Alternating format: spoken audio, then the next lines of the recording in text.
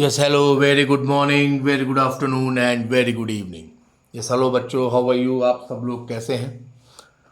Today we are going to discuss fundamental of geometry.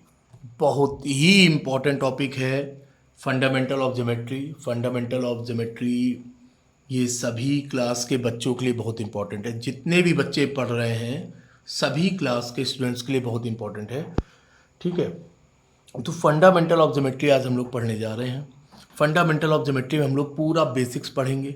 ठीक है, point से लेके पॉइंट क्या होता है, लाइन क्या है, रे क्या है, प्लेन क्या है, सरफेस क्या है, फिर उसके बाद ट्राइंगल क्या है, एंगल क्या है, types of lines, quadrilaterals, circles, सब कुछ पढ़ेंगे। ठीक है, ये कम से कम 15 से 20 lecture, from 50 to 20 lecture it will be finished. ठीक है, टाइम लगेगा, पूरे मन से पढ़िएगा। और मेरी आप लोगों से एक गुजारिश है, वीडियो जितनी भी देर का हो बिना स्किप किए हुए अंत तक पूरा वीडियो जरूर देखिएगा। ठीक है, क्योंकि आपका एक भी पॉइंट अगर छूट गया तो फिर आपको दिक्कत होगी।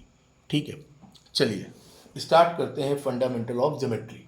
ठीक है, तो सबसे पहले तो जब भी मैं कोई टॉपिक स्टार्ट करता हूँ मैं ज़रूर ये बताता हूँ कि इसके फादर कौन है, मदर कौन है, सब मैं बताता हूँ।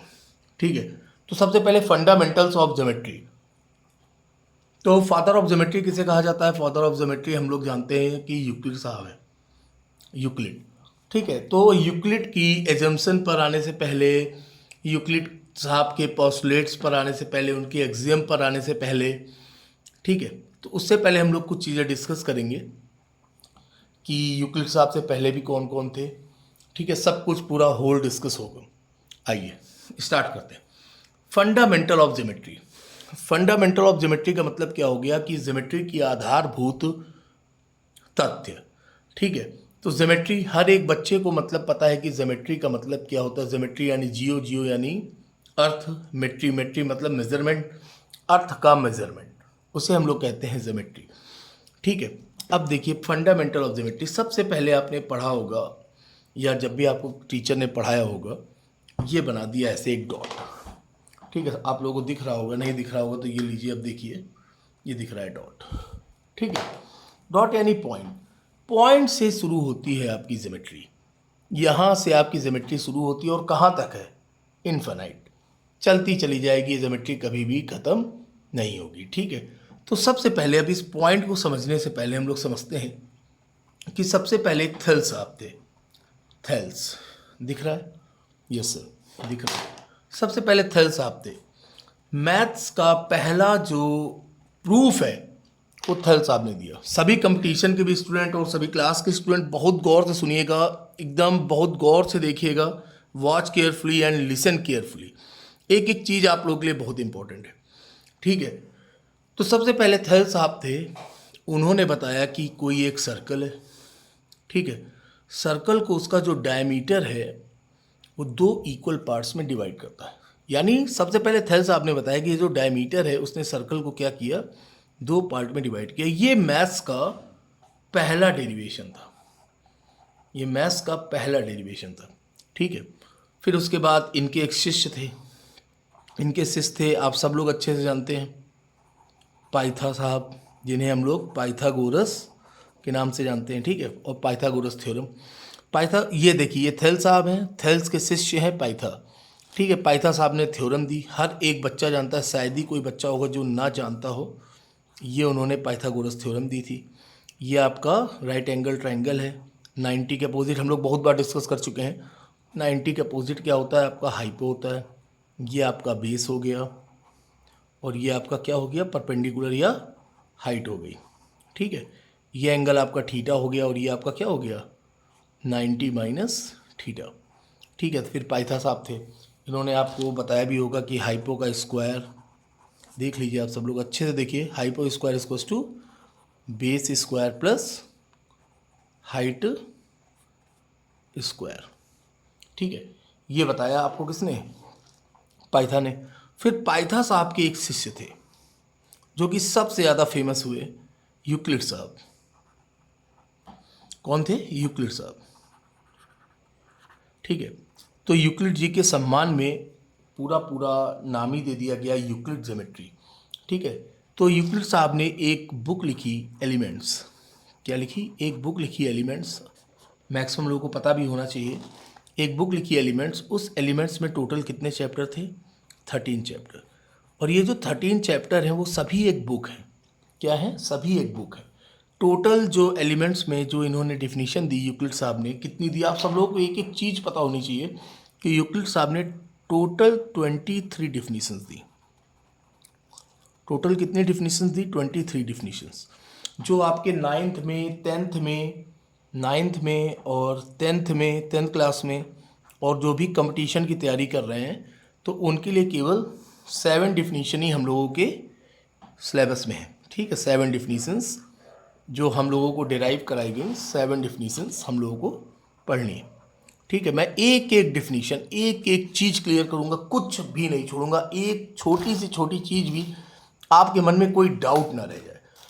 मैंने इसलिए कहा कि लास्ट तक वीडियो देखिएगा, जिससे आज आपको ये पता चल जाए कि अभी तक आपको ज्योमेट्री आती कितनी है। मैं भी 2-3 क्वेश्चन पूछूंगा बीच में, और मैं 200% दावे के साथ कह सकता हूँ केवल 1% बच्चा ही आंसर दे पाएगा, बाकी 99% बच्चा उसका रिप्लाई नहीं कर पाएगा।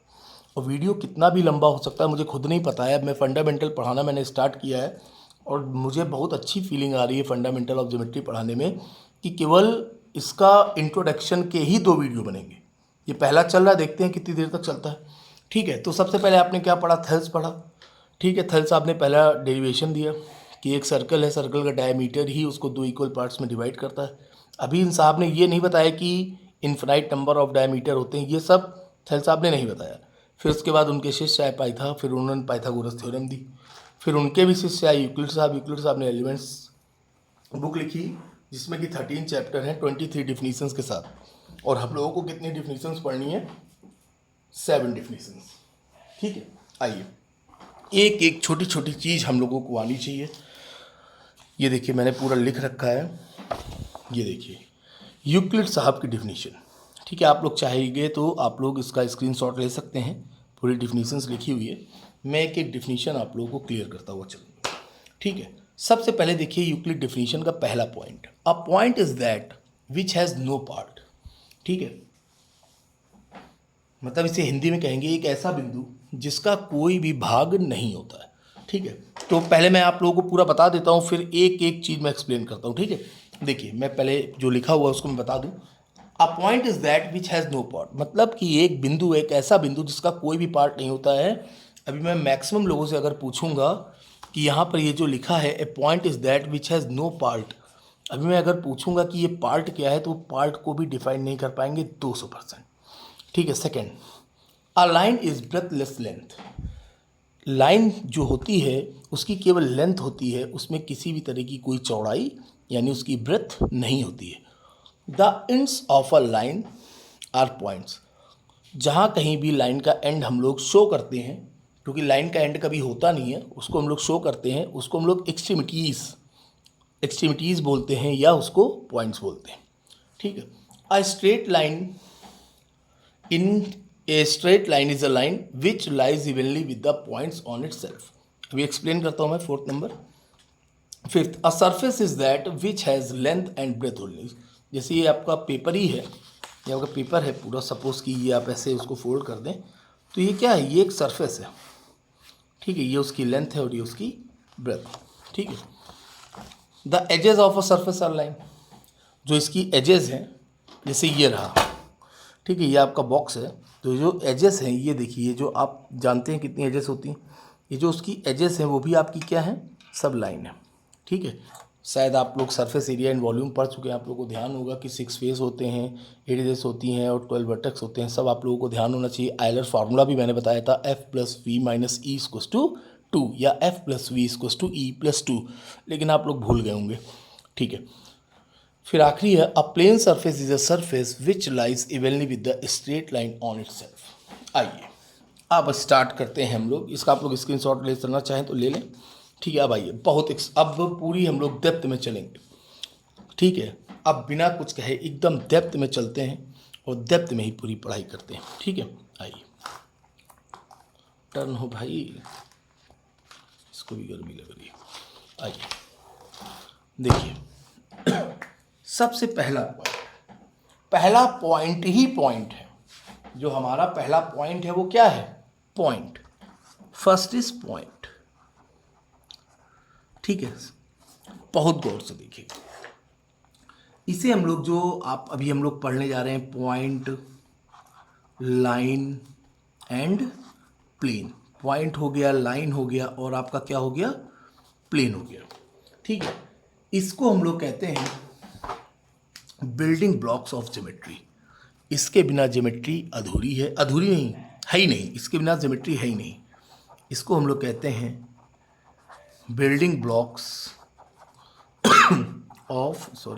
Building blocks of geometry. ठीक है, या इसका एक और नाम है टूल्स ऑफ ज्योमेट्री। अगर आपसे कोई कहे, कोई कहेगा ही नहीं, पहली बात, क्यों कोई पूछेगा आपसे, उनको खुद नहीं पता होता है। ठीक है, बिल्डिंग ब्लॉक्स ऑफ ज्योमेट्री। जैसे आपसे पूछा गया कि टूल्स ऑफ ज्योमेट्री क्या है, तो अभी मैं अगर क्लास में यही चीज़ आपको पढ़ा रहा होता तो मैक्सिमम लोग एक या दो लोगों को छोड़कर कोई इसका रिप्लाई नहीं करता। अगर मैं कहता टूल्स ऑफ ज्योमेट्री, तो tools of geometry, there are 3 tools of geometry. First is point, second is line and third is plane. केवल 3 ही टूल होते हैं पूरी ज्योमेट्री के। कितने टूल होते हैं? केवल और केवल 3 टूल होते हैं। एक होता है पॉइंट, एक होता है लाइन, और तीसरा होता है आपका प्लेन। ठीक है, तो सबसे पहले अब हम लोग जो डिस्कस करने जा रहे हैं वो हम लोग क्या डिस्कस करने जा रहे हैं? पॉइंट। पॉइंट, सबसे पहले पॉइंट। ठीक है, पॉइंट है क्या? एक्चुअल में क्या है पॉइंट? अभी वहां पर देखिए एक चीज लिखी थी, मैंने आपसे कहा था कि अभी मैं पूछूंगा तो आप लोग नहीं बता पाओगे। A point is that which has no part. यहां पर पार्ट का मतलब क्या है? पार्ट का मतलब ये है कि उसका पार्ट, जैसे ही बोला गया कि इसका ये पार्ट, इसका वो पार्ट। पार्ट का मतलब वहां पर किसी एरिया से रिलेटेड बात की जा रही है, या वहां पर उसके किसी स्पेस की बात की जा रही है। लेकिन यहां पर क्या है? A point is that which has no part, मतलब कि इसका किसी भी तरह का कोई स्पेस नहीं है। ठीक है, पॉइंट का अपना कोई भी स्पेस नहीं है। जो पॉइंट हो गया, लाइन हो गया, ये आपका एक पॉइंट है, ये लाइन है, ये प्लेन है। बहुत गौर से देखिएगा, point, line and plane do not, don't या do not occupy space. Point, line और प्लेन किसी भी तरह का कोई स्पेस नहीं रखते। मैं ऐसा नहीं कह रहा हूं, ऐसा कौन, किसने कहा है? यूक्लिड साहब ने कहा है। मैं केवल आपको एक्सप्लेन कर रहा हूं। ठीक है, पॉइंट्स हो गया, लाइन हो गया, प्लेन हो गया, डू नॉट ऑक्यूपाई स्पेस। ठीक है, इसके बाद most important point, point, line और प्लेन से रिलेटेड सबसे पहला पॉइंट आपने क्या पढ़ा? डू नॉट, बहुत गौर से देखते जाइएगा, डू नॉट ऑक्यूपाई स्पेस, किसी भी तरह की कोई भी स्थान नहीं रखते। ठीक है, and the most most most important point जो मैं लिखने जा रहा हूं, दे आर इंटेंजिबल, दे आर intangible, invisible and indefinable। अब देखिए जरा इस पॉइंट, मैंने क्या कहा आपसे, कहांगे मार्कर?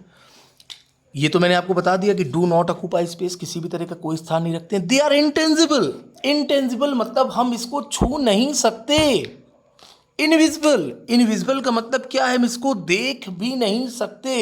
एंड इनडिफिनेबल, इसको हम परिभाषित भी नहीं कर सकते।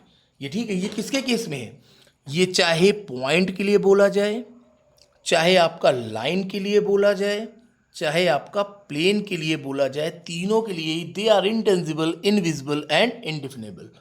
ठीक है, इसका मतलब कि हम ना ही इसको छू सकते हैं, ना ही इसको देख सकते हैं, और ना ही इसको परिभाषित कर सकते हैं, यानी डिफाइन कर सकते हैं। तो फिर सर पॉइंट है का, तो सर फिर पॉइंट क्या है? आप हमें ये बताइए ना सर कि फिर पॉइंट क्या है? पॉइंट क्या है? मैंने आप लोगों को जब मैं कोऑर्डिनेट ज्योमेट्री पढ़ा रहा था, पूरा वीडियो है कोऑर्डिनेट ज्योमेट्री पे, देखिएगा। कोऑर्डिनेट ज्योमेट्री में मैंने आप लोगों को क्या बताया था? अ point is a location. Point केवल और केवल एक लोकेशन है इन स्पेस, और इसके सिवा कुछ भी नहीं है। पॉइंट, पॉइंट क्या है? केवल और केवल लोकेशन है। A point is a point is a location in space. ठीक है, अब सर छू नहीं सकते, देख नहीं सकते, तो इसका मतलब क्या है? इसका मतलब ये है कि इसकी कोई भी डायमेंशन नहीं है, it is a zero dimension. ना ही इसकी लेंथ है, ना ही इसकी ब्रेथ है, ना ही इसके पास हाइट है। यानी क्या है ये? एक एक पॉइंट बहुत गौर से देखिएगा। अ point is a location in a space, it is zero dimension. इसके पास क्या है? किसी भी तरह की कोई डायमेंशन नहीं। It is a zero dimension. That means zero dimension का मतलब अब समझ गए ना कि मैं वो भी लिखूं। जीरो डायमेंशन का मतलब no length, no breadth and no height. ठीक है। पॉइंट सर फिर इसको हम लोग रिप्रेजेंट कैसे करते हैं? Point represented by a dot, only dot. जैसे कि मैंने ये एक डॉट बना दिया, ये रिप्रेजेंटेड बाई लिख दे रहा हूं मैं, रिप्रेजेंटेड बाई। आप लोगों को छोटी चीज़ें मैं पढ़ा रहा हूँ, समझ लो ये फंडामेंटल चल रहा है, एकदम बेसिक। रिप्रेजेंटेड बाय डॉट, ये रहा डॉट। और कैपिटल लेटर से लिख देते हैं ए, या कैपिटल लेटर से लिख देते हैं बी, या कैपिटल लेटर से लिख देते हैं सी। शायद आप लोगों को ध्यान आ रहा होगा, ए बी सी, इस तरह से। ये ध्यान आया कुछ? A B C capital. ठीक है, अभी सब कुछ आपको ध्यान आता रहेगा। ठीक है, अगला पॉइंट क्या है? अगला पॉइंट उससे भी ज्यादा most important, each point is a unique location. Each point, ये मैंने क्यों बनाया अब मैं बताने जा रहा हूं। Each point is a unique location, unique location. अब ए की जो लोकेशन है, अब उस लोकेशन पर दूसरा कोई नहीं आ सकता। अब ए की अपनी फिक्स लोकेशन है, ठीक है। अब यहां पर बी की लोकेशन को आप रिप्रेजेंट नहीं कर सकते। बी की जगह आप सी को रिप्रेजेंट नहीं कर सकते, या सी की जगह आप बी को रिप्रेजेंट नहीं कर सकते। यानी हर एक पॉइंट की अपनी यूनिक लोकेशन है। क्यों? क्योंकि पॉइंट का काम ही है, पॉइंट है क्या? Location in a space. तो हर एक पॉइंट की अपनी एक यूनिक लोकेशन है, एक पॉइंट पर दूसरा पॉइंट नहीं आप रख सकते। Is that clear? ठीक है। अब अब जब यहां पर मैंने बता ही दिया कि इनविजिबल, इंटेंजिबल, इसका मतलब क्या है? इसका मतलब यह है कि इसका किसी भी तरह का कोई साइज नहीं है। अब देखिए, जीरो डायमेंशन से आपको यहां पर क्या क्या क्लियर हो गया? जीरो डायमेंशन जो मैंने यहां पर लिखा, इसका मतलब क्या है? नो साइज एट ऑल, किसी भी कीमत पर नो साइज एट ऑल। किसी भी कीमत पर इसका कोई साइज नहीं हो सकता, क्योंकि ना इसके पास लेंथ है, ना ब्रेथ है, ना हाइट है। यानी इसका पास किसी भी तरह की कोई साइज नहीं है।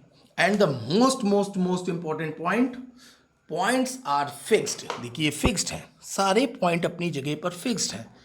Points are fixed. That means अगर फिक्स है तो इसका हम लोग वाइस वर्सा करें तो क्या लिख सकते हैं? They can not move. Points are fixed, that means they can not move. Is that clear? कितना अभी केवल चल रहा है, अभी पूरा बेसिक। सबसे पहले आपने क्या देखा? पॉइंट, लाइन, प्लेन, तीनों ही डू नॉट ऑक्यूपाई स्पेस, किसी भी तरह का कोई स्पेस नहीं रखते। दे आर इंटेंजिबल, छुआ नहीं जा सकता। इनविजिबल, देखा नहीं जा सकता। एंड इंडेफिनेबल, दैट मीन्स इसको डिफाइन नहीं किया जा सकता। Point, line and plane. A point is a location in a space, it is a zero dimension, that mean no size at all. किसी भी कीमत पर इसका कोई भी साइज नहीं होता है। Represented by a dot, capital A, capital B and capital C. Each point is a unique location, हर एक पॉइंट की अपनी यूनिक लोकेशन है। दैट मीन्स उसकी जगह पर कोई दूसरा पॉइंट नहीं जा सकता। Is that clear? Points are fixed, ये फिक्स है। दे कैन नॉट मूव, ये मूव नहीं करते। क्लियर? तो पॉइंट आपको अच्छे से क्लियर हो गया कि पॉइंट क्या है। अगर आपसे कोई पूछेगा पॉइंट को डिफाइन करें, तो क्या आप डिफाइन नहीं कर पाएंगे? पॉइंट को डिफाइन नहीं किया जा सकता। ठीक है, पॉइंट को डिफाइन नहीं किया जा सकता। तो इस तरह से आपके यूक्लिड साहब का पहला पॉइंट क्या हुआ? क्लियर हुआ। और अब हम लोग आ रहे हैं किस पे? लाइन पे। अब आप लाइन समझिए बेटा, बहुत गौर से समझिएगा। ठीक है, इतना डीप में आपको कहीं ज्योमेट्री मिलेगी नहीं, ये मेरा दावा है। या आपने अगर कभी पढ़ा होगा तो इतने डीप में अगर पढ़ाया हो तो आप बता दीजिएगा। ठीक है, आइए पॉइंट के बाद आते हैं हम लोग लाइन पे। पॉइंट के बाद जो हम लोग की जो अगली हेडिंग है वो क्या है? लाइन है। Second, line. लाइन के भी कई सारे टाइप्स होते हैं, आप लोगों को पता ही होगा। लाइन कई तरह की होती है। तो सबसे पहले लाइन है क्या? A line is a set of points. Line क्या है? Is a set of points. A line is a set of points. लिख दे रहा हूं मैं। A line is a set of a line is a set of points. ठीक है, अब देखिए ये रहा स्केल, ये रहा, ये देखिए छोटे छोटे छोटे छोटे छोटे ये सब क्या है, पॉइंट है, ये सब क्या है, पॉइंट। अब इन्हीं सारे पॉइंट्स को हम लोगों ने क्या किया, मिला दिया। जब हम लोगों ने इन सारे पॉइंट्स को मिला दिया तो हम लोगों को क्या मिल गई, एक लाइन मिल गई। ठीक है, a line is a set of points. ठीक है, अब इस लाइन का कोई एंड नहीं है क्योंकि पॉइंट्स क्या है, इनफाइनाइट नंबर ऑफ पॉइंट्स। किसी भी सरफेस पर या किसी भी प्लेन में नंबर ऑफ पॉइंट्स कितने होते हैं sir, infinite number of points होते हैं। ठीक है, तो ये हो गया आपका ए, ये हो गया आपका बी, समझते जाइएगा। ठीक है, अब देखिए अ line is a set of points and lines can be curved CURVD और स्ट्रेट STRAIGST। अब देखिए ये पॉइंट मैंने क्यों लिखा, इस पॉइंट को समझिएगा, बहुत गहराई से समझिएगा।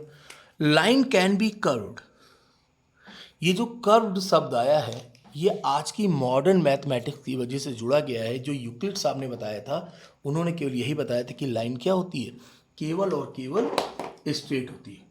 ठीक है, अब क्या है, a line is a set of points and lines can be curved और straight and it's one dimensional, it's one dimensional.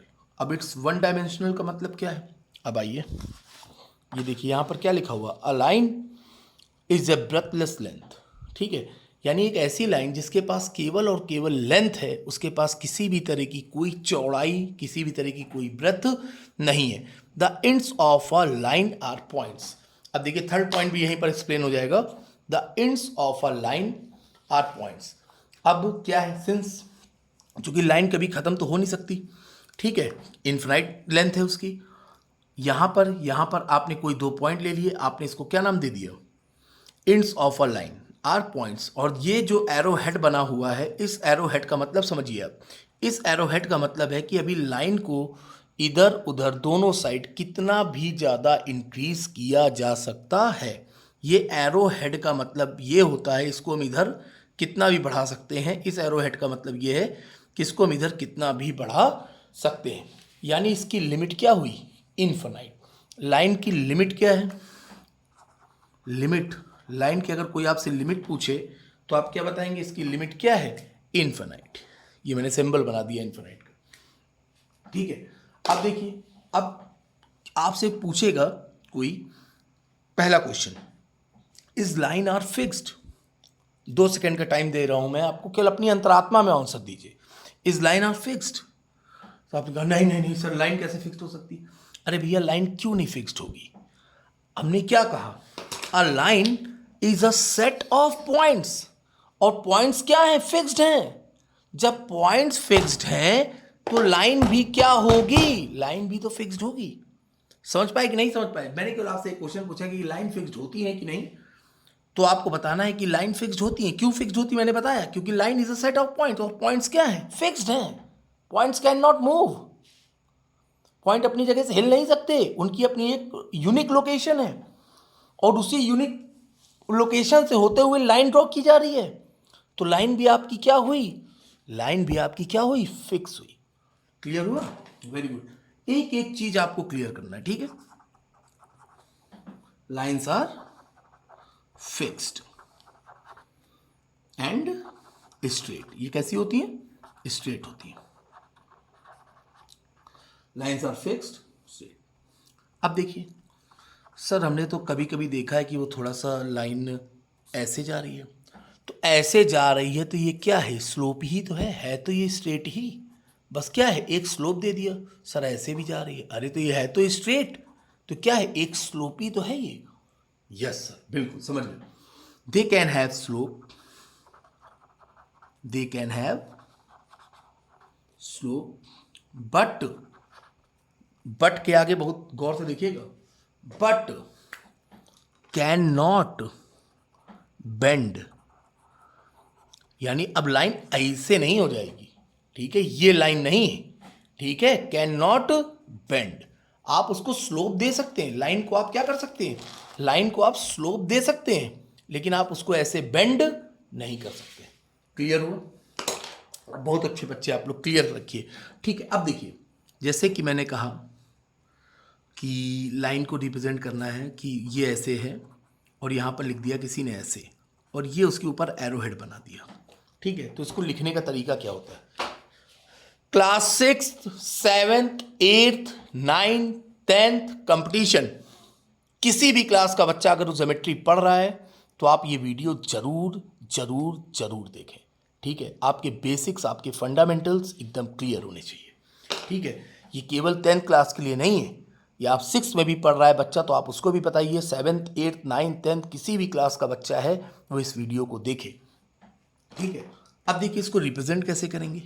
अब आपने या तो इसको आप लिख दो सीधे लाइन ए, ठीक है, या तो आपने इसको रिप्रेजेंट करने के लिए आप इसको या तो लाइन ए लिख दो तो भी आपका आंसर करेक्ट है, या आपने कुछ नहीं लिखा तो आप इसको आप ऐसे भी दिखा सकते हैं, ये भी आंसर करेक्ट है, ठीक है। या तो आपने इसको सीधे लिखा लाइन ए, या तो आपने ए के ऊपर एरो हेड बना दी, एरो हेड के साथ आपने लाइन खींच दी, तो क्या हो गया आपका लाइन। अब सपोज कि 1 पॉइंट 2 पॉइंट तो इन्फिनाइट है, मैंने एक ऐसे लिया ABC, ठीक है, ये इधर भी और ये इधर भी। लाइन का मतलब क्या है? अगर जैसे सपोज कि आपने केवल एक ही तरफ एरो हेड लगाया तो एक ही तरफ एरो हेड लगाने का मतलब क्या हुआ, अभी मैं बताऊंगा थोड़ी बात, वो रे हुआ। अगर आपने एरो हेड लगाया ही नहीं तो क्या हुआ सर, वो साइड हुई या लाइन सेगमेंट हुआ, वेरी गुड, या टर्मिनेटिंग लाइन हुई, वेरी गुड। अब देखिए यहां पर आप इसको कितनी तरीके से रिप्रेजेंट कर सकते हो। इसको आप ए बी लिख सकते हैं, ए बी, यस सर बिल्कुल लिख सकते हैं, ए बी लिख दो, या आप लिख दो पलट के बी ए, यस सर बिल्कुल लिख सकते हैं, बी सी लिख दो, यस सर, सी बी लिख दो, यस सर, या तो बी छोड़ दो सीधे ए सी लिख दो, यस सर, या सीधे सी ए लिख दो, यस सर, या ए बी सी लिख दो, ए बी सी लिख दो, यस सर, या सी बी ए लिख दो, सी बी ए लिख दो, यस सर। 1 2 3 4 5 6 7 8, लेकिन आपने जैसे ही लिखा बी ए सी या सी, हाँ बी ए सी, या आपने लिख दिया ए सी बी, तो आपका क्या हो जाएगा, गलत हो जाएगा, रॉन्ग हो जाएगा, ठीक है, क्योंकि आपका ऑर्डर क्या हो गया, चेंज हो गया। ऑर्डर चेंज नहीं होना चाहिए।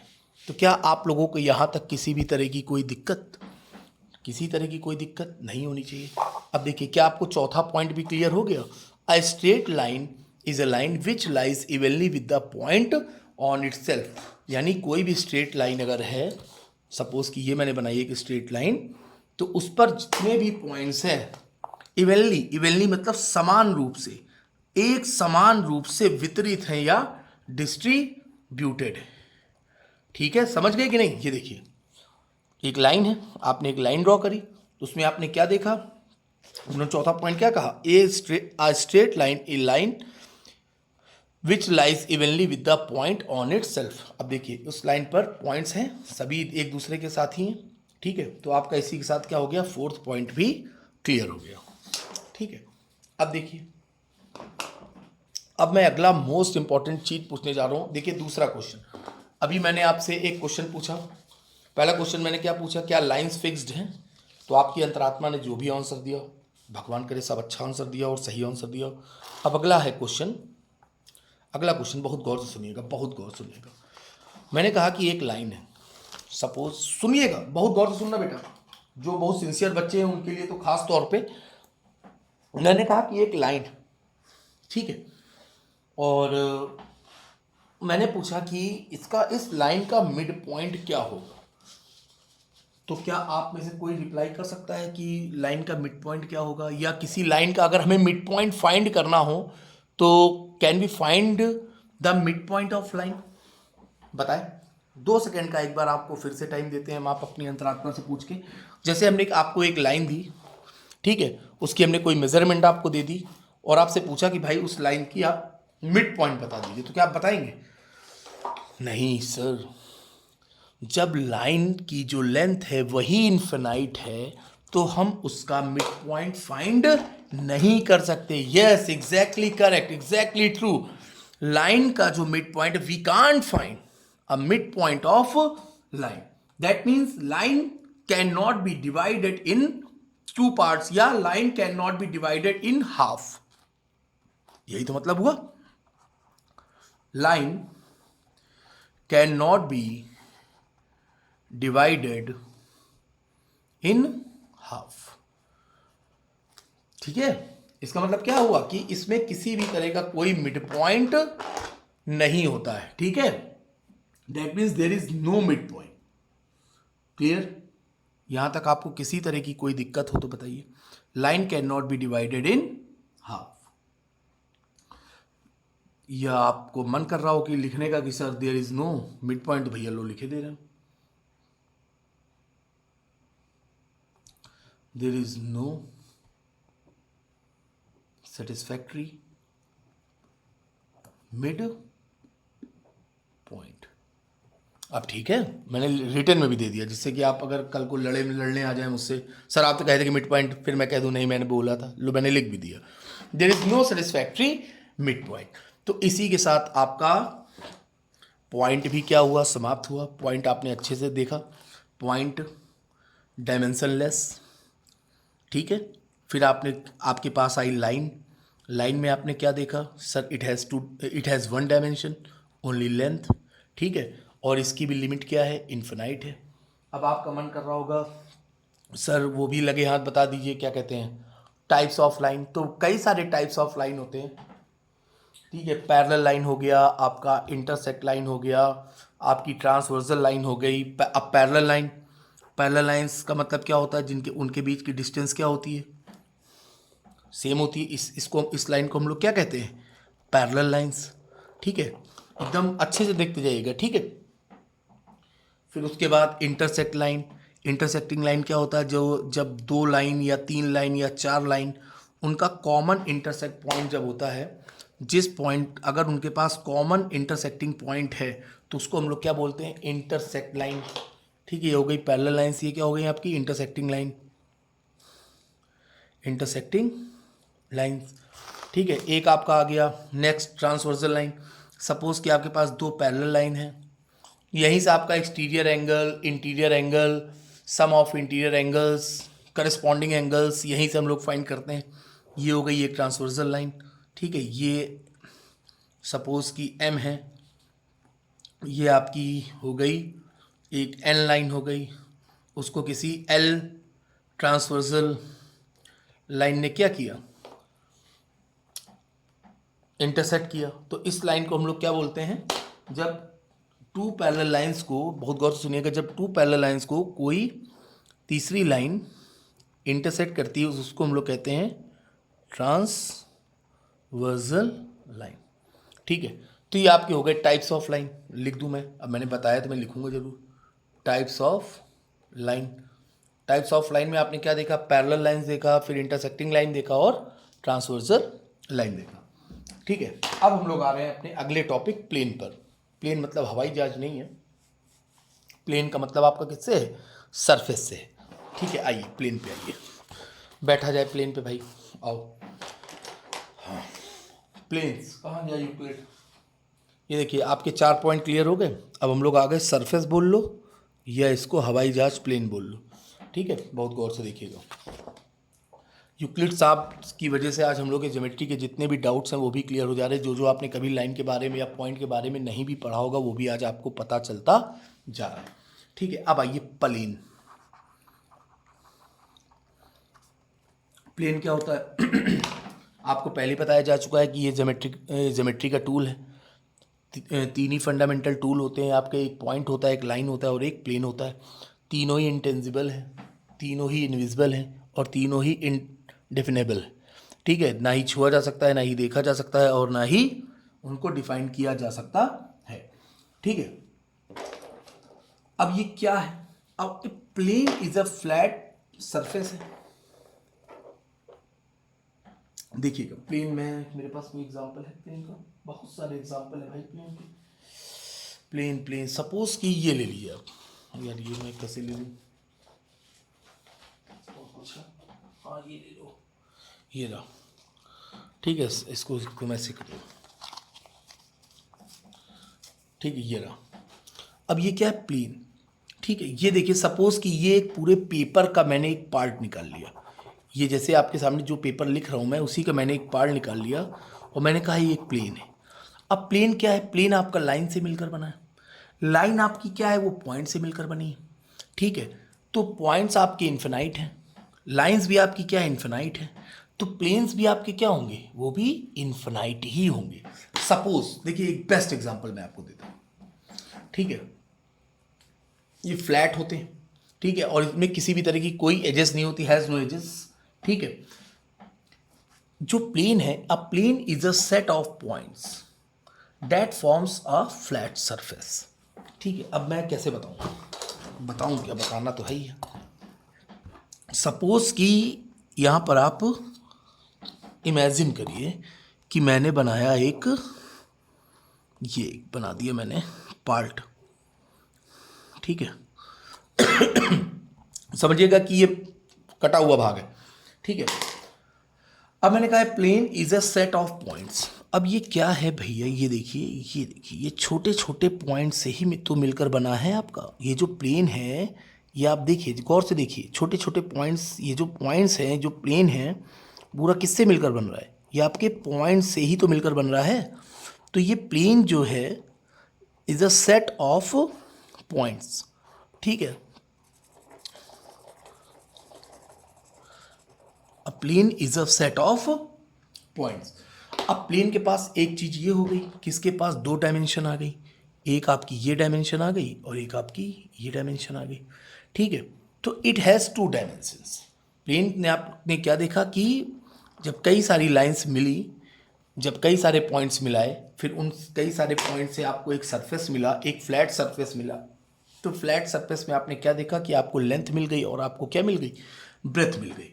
तो यहाँ से एक चीज़ ये आपको पता चल गया कि it has two dimension, it has two dimension.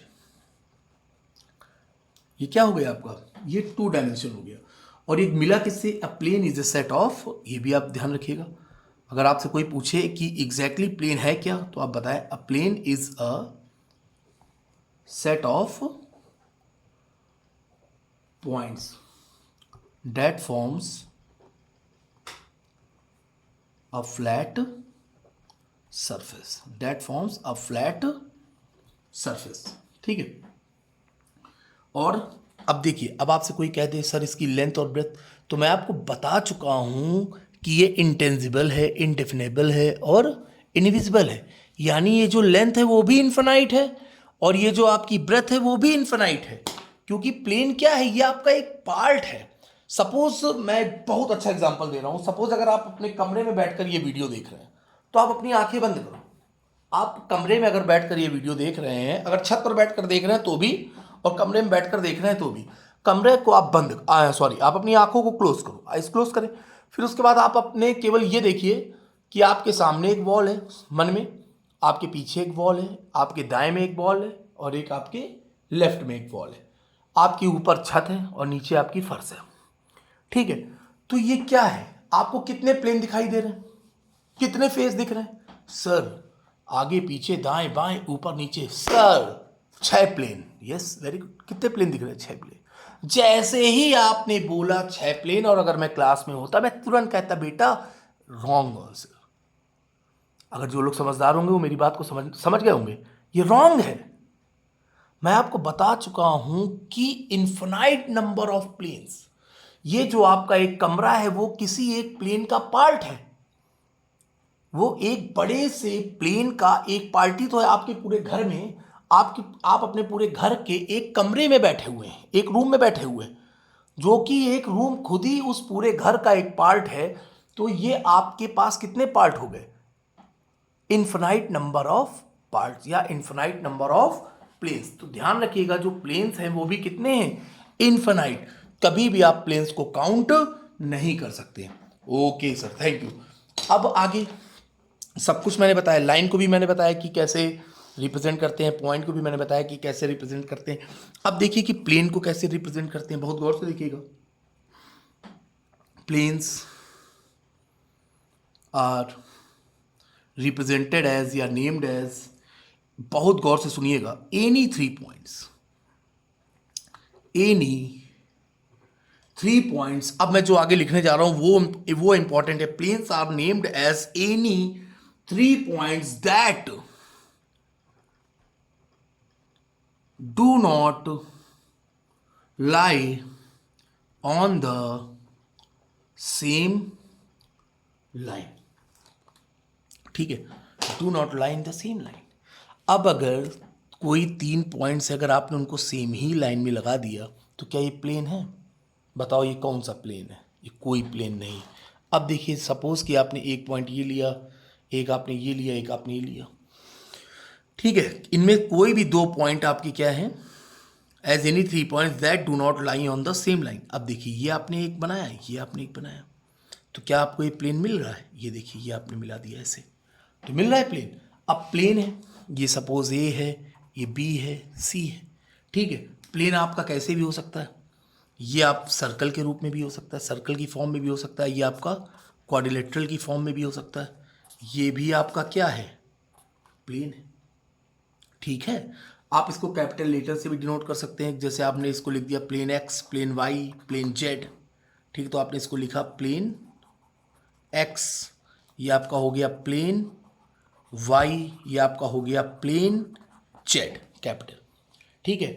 तो इस तरह से आपका ये क्या हो गया? प्लेन हो गया। Planes are named as any 3 points that do not lie on the same line. अगर एक ही लाइन में वो लाई करेंगे तो आपका क्या हो जाएगा? वो प्लेन आप कभी उसको बना ही नहीं पाएंगे। तो इस तरह से आपका प्लेन भी क्या हुआ? क्लियर हुआ कि नहीं हुआ? एकदम क्लियर है, very good. Planes are named as any 3 points that do not lie on the same line. तो देखिए, अभी ये केवल 42 मिनट, ओफो, वीडियो की लेंथ 42 मिनट हो चुकी है, बताइए, पता ही नहीं चला। चलने दो, अब चलन दो, अभी ये इंट्रोडक्शन ही चल रहा है और बहुत लंबा चलेगा इंट्रोडक्शन, ठीक है। तो फंडामेंटल ऑफ ज्योमेट्री, सबसे पहले थेल्स, थेल्स के बाद पाइथा, पाइथा के बाद यूक्लिड, यूक्लिड के बाद हम लोगों ने उनकी डिफिनीशंस को पढ़ा बहुत अच्छे से पढ़ा। फिर उसके बाद पॉइंट लाइन प्लेन हो गया। ये पॉइंट लाइन प्लेन क्या है? Basic building blocks of geometry या टूल्स ऑफ ज्योमेट्री के नाम से भी जाना जाता है। फिर हम लोगों ने पूरे पॉइंट को डिस्क्राइब किया। अब देखो, अब हम आपको इतना पढ़ाने के बाद अगर आपसे कोई पॉइंट लाइन और प्लेन पूछे और आप ना बता पाए तो फिर ये बहुत ही दुख की बात होगी, ठीक है। अब देखिए, अब मैं आपसे क्वेश्चन पूछने जा रहा हूँ। मैं 2 क्वेश्चन पूछूंगा। जब अब ये वीडियो के बाद जब मैं नेक्स्ट वीडियो में आऊँगा तो मैं केवल यही देखूंगा कि कितने लोग ऐसे हैं जो मेरे क्वेश्चन का आंसर दे पाए। इम्पॉर्टेंट ये है, ठीक है। अब आइए, ठीक है, ये बिल्कुल भी, ये जो क्वेश्चन है वो 6th और 7th और 8th क्लास के बच्चों के लिए बिल्कुल भी नहीं है। ये जो 9th पढ़ के आ चुके हैं या 10th पढ़ के आ चुके हैं या जो कंपटीशन की प्रिपरेशन कर रहे हैं उनके लिए क्वेश्चन बहुत ज़रूरी है, ठीक है। आप लोग ज़रूर रिप्लाई करिएगा और उम्मीद करते हैं चाहे एक बच्चा सही आंसर रिप्लाई करे लेकिन वो रिप्लाई जरूर करेगा। मैं 2 क्वेश्चन आप लोगों से पूछ के इस वीडियो को क्लोज करता हूँ, ठीक है। The most most most important question first, ठीक है। अच्छा, ये तो आप लोगों को पता ही होगा कि क्या कहते हैं इसको, हाँ, ये सपोज कि ये बना है, ये आपका ए है, ये बी है, ये सी है, ठीक है। ये सपोज आपका 70 डिग्री है, ठीक है, ये 70 डिग्री है, ये 60 डिग्री है और 7 6 13 5 18, ये हो गया 50 डिग्री, ठीक है। तो आपको तो ये इतना तो पता ही है ना कि जो एंगल बड़ा होता है उसकी जो अपोजिट साइड होती है वो लार्जर होती है और जो एंगल जो सबसे छोटा होता है उसकी अपोजिट साइड जो होती है वो छोटी होती है। तो आप लोगों को पता ही है, ओके। वैसे मुझे बताना नहीं चाहिए था, मैं हिंट दे दिया हूँ आप लोगों को। मैंने आपको ये क्वेश्चन दे रहा हूँ, ठीक है। क्वेश्चन करिएगा, बहुत अच्छे से करिएगा, बहुत मन से करिएगा और बहुत ही मन से मैं पूछ भी रहा हूँ और इसी उम्मीद से पूछ रहा हूँ कि आपकी ज्योमेट्री की तैयारी कैसी है मुझे पता चल जाएगा कम से कम। ये हो गया ए बी सी हो गया, डी हो गया। और मैं आपके नॉलेज के लिए बता दूं, लास्ट ईयर वाले बैच से जब मैंने क्वेश्चन पूछा था, दोनों सेक्शन में मैंने जाके क्वेश्चन पूछा था, एक भी बच्चा रिप्लाई नहीं कर पाया था। लास्ट ईयर 1 साल हो गए पूरे पूरे, 1 साल से ज़्यादा टाइम हो गया, क्योंकि लास्ट ईयर मार्च में सेशन स्टार्ट हो गया था। तो मैं ये क्वेश्चन आपसे पूछ रहा हूँ आज। मुझे केवल ये देखना है कि 1 साल पहले भी कोई रिप्लाई नहीं दे पाया था, क्या अब की बार कोई रिप्लाई दे पाएगा? ठीक है, आइए देखते हैं। ये एंगल आपका सपोज हो गया 80 डिग्री, ये आपका हो गया 55 डिग्री, ये आपका हो गया 45 डिग्री, और ये आपका हो गया 50 डिग्री। सही चल रहा है? यस सर, सही है अभी तक तो। ये आपका हो गया 70 डिग्री, और ये आपका हो गया 7 5 12 60, ये आपका हो गया 60 डिग्री। ठीक है, तो आपको ये बताना है विच of the following is longest side. मैं लिख दे रहा हूँ, विच of the following, which of the following, option देना पड़ेगा क्या? नहीं, क्यों देना पड़ेगा? तो 4 ही साइड है, वो तो आपको दिखे रहा है ना, ए बी।